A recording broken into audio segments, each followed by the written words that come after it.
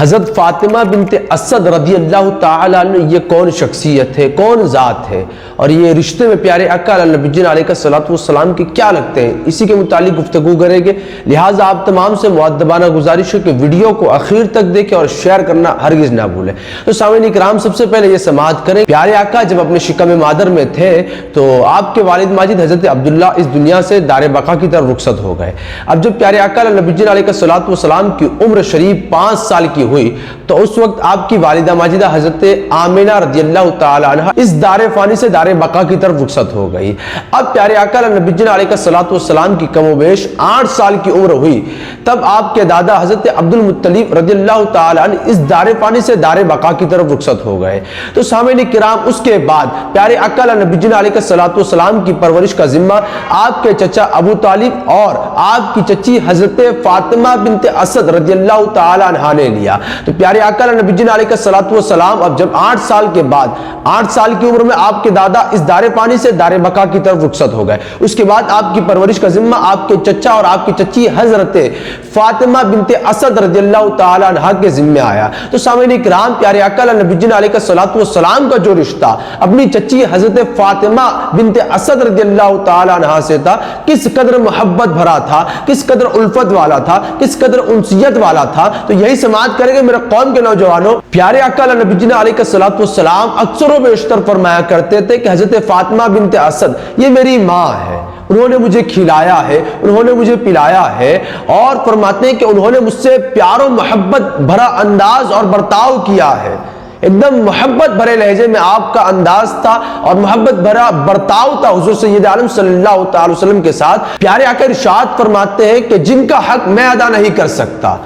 جو پیار محبت بھرا برتاؤ تھا حضرت فاطمہ بنت اسد کا حضور سے، تو حضور فرماتے ہیں کہ جن کا حق میں ادا نہیں کر سکتا اللہ تعالیٰ ان کو ان کا حق ضرور دے گا۔ میرے قوم کے نوجوانوں، پیارے آقا نبی علیہ الصلوۃ والسلام نے جب اعلان نبوت کیا، نبوت کا اعلان فرمایا، اس وقت سب سے پہلے جو خاتون جس نے اسلام قبول کیا، جو اسلام سے مشرف ہوئی، وہ کوئی اور نہیں بلکہ زوجہ محترمہ، زوجہ نبی سیدتنا خدیجۃ الکبریٰ رضی اللہ تعالی عنہ کی ذات و شخصیت ہے۔ یہ بھی سماعت کرے کہ دوسری وہ خاتون جس نے اسلام قبول کیا، جو مذہب اسلام سے مشرف ہوئی، وہ کوئی اور نہیں بلکہ پیارے آقا نبی علیہ الصلوۃ والسلام کی چچی حضرت مولا المسلمین مولا علی مشکل کشا کی والدہ حضرت فاطمہ بنت اسد رضی اللہ تعالی عنہ کی ذات و شخصیت ہے۔ یہ وہ دوسری خاتون ہے جنہوں نے دوسرے نمبر پر اسلام قبول کیا۔ اب سامعین کرام، حضرت سیدتنا خدیجۃ الکبریٰ رضی اللہ تعالی عنہ سے پیارے آقا نبی علیہ الصلوۃ والسلام کا جب نکاح ہوا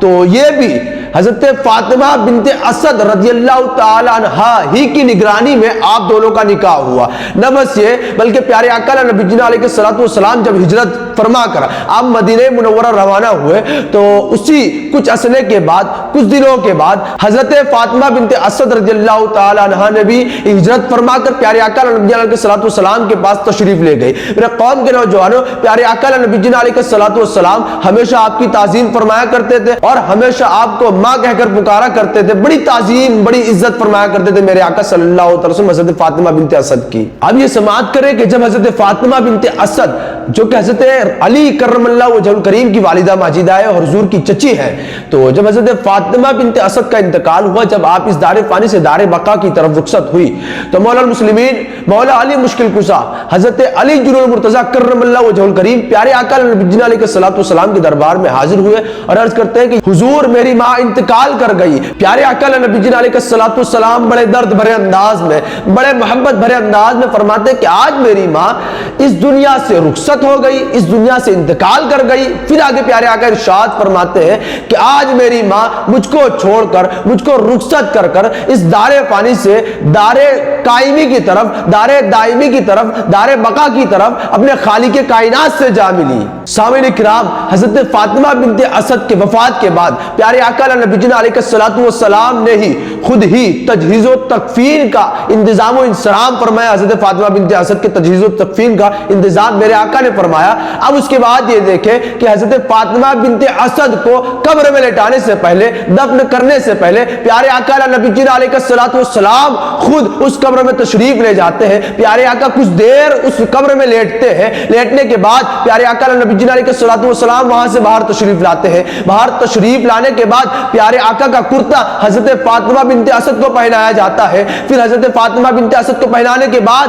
حضرت فاطمہ بنت اسد کو وہی لیٹایا جاتا ہے جہاں پیارے آقا نبی جی علیہ الصلوۃ والسلام کچھ دیر تک لیٹے تھے۔ میرے قوم کے نوجوانوں، اس سے آپ اندازہ لگایا جا سکتا ہے پیارے آقا نبی جی علیہ الصلوۃ والسلام کا جو رشتہ حضرت علی کی والدہ سے تھا، حضرت علی کی والدہ حضرت فاطمہ بنت اسد سے تھا، کس قدر محبت بھرا ہوگا، کس قدر پرخلوص ہوگا، کس قدر پیارے آقا نبی جی علیہ الصلوۃ والسلام کو دل کے ٹھیس پہنچی ہوگی جب آپ کی چچی اس دار فانی سے دار بقا کی طرف رخصت ہو گئی۔ کیونکہ پیارے آقا نبی جی علیہ الصلوۃ والسلام کی پرورش کا ذمہ جب حضور صلی اللہ علیہ وسلم 8 سال کی عمر میں آپ کے دادا کا انتقال ہو گیا، پوری ذمہ داریاں حضور صلی اللہ علیہ وسلم کی اور اپنے چچا اور چچی ابو طالب اور حضرت فاطمہ بنت اسد کی ذمہ داری آ گئی اور آپ ہی نے انہیں پال پوس کر بڑا کیا۔ میرے قوم کے نوجوانوں، سید عالم صلی اللہ تعالی علیہ وسلم حضرت علی کی والدہ سے کس قدر محبت فرمایا کرتے تھے، کس قدر الفت تھی، کس قدر انسیت تھی، جیسا کہ آپ نے سنا۔ رب تعالی سے دعا ہے کہ رب تعالی